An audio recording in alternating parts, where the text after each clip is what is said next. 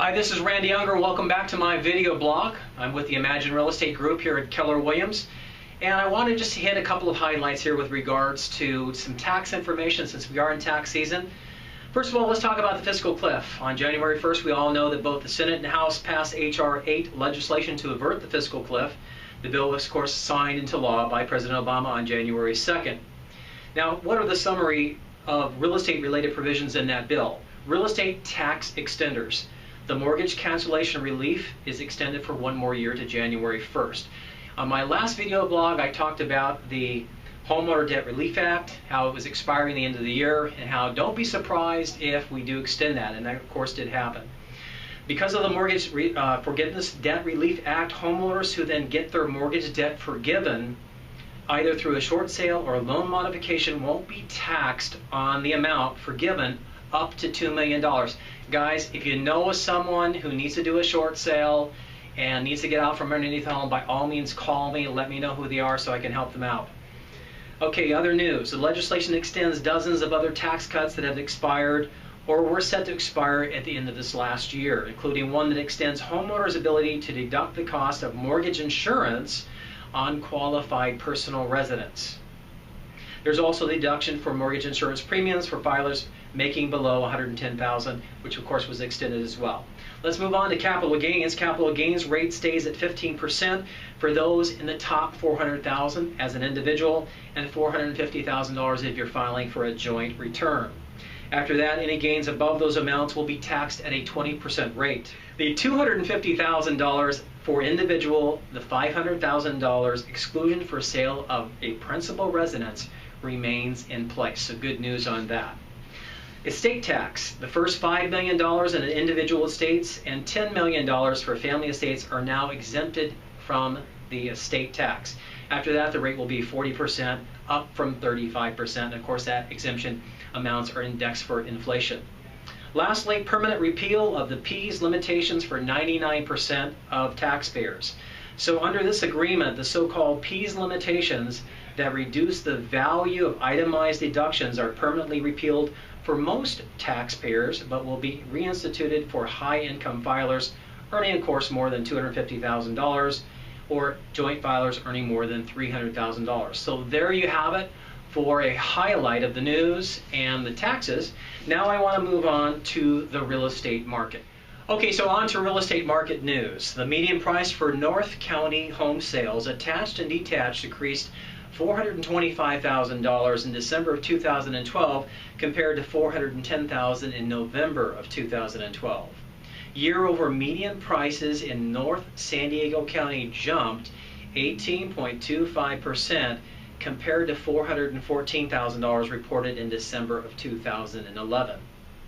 Detached home prices outside of North County increased 3.54% to $383,000 in December of 2012 compared to $369,000 in November the month previous. Year over non-North County prices jumped 17.85%, guys, compared to $325,000 in December of 2011, making 9 months of year-over price increases.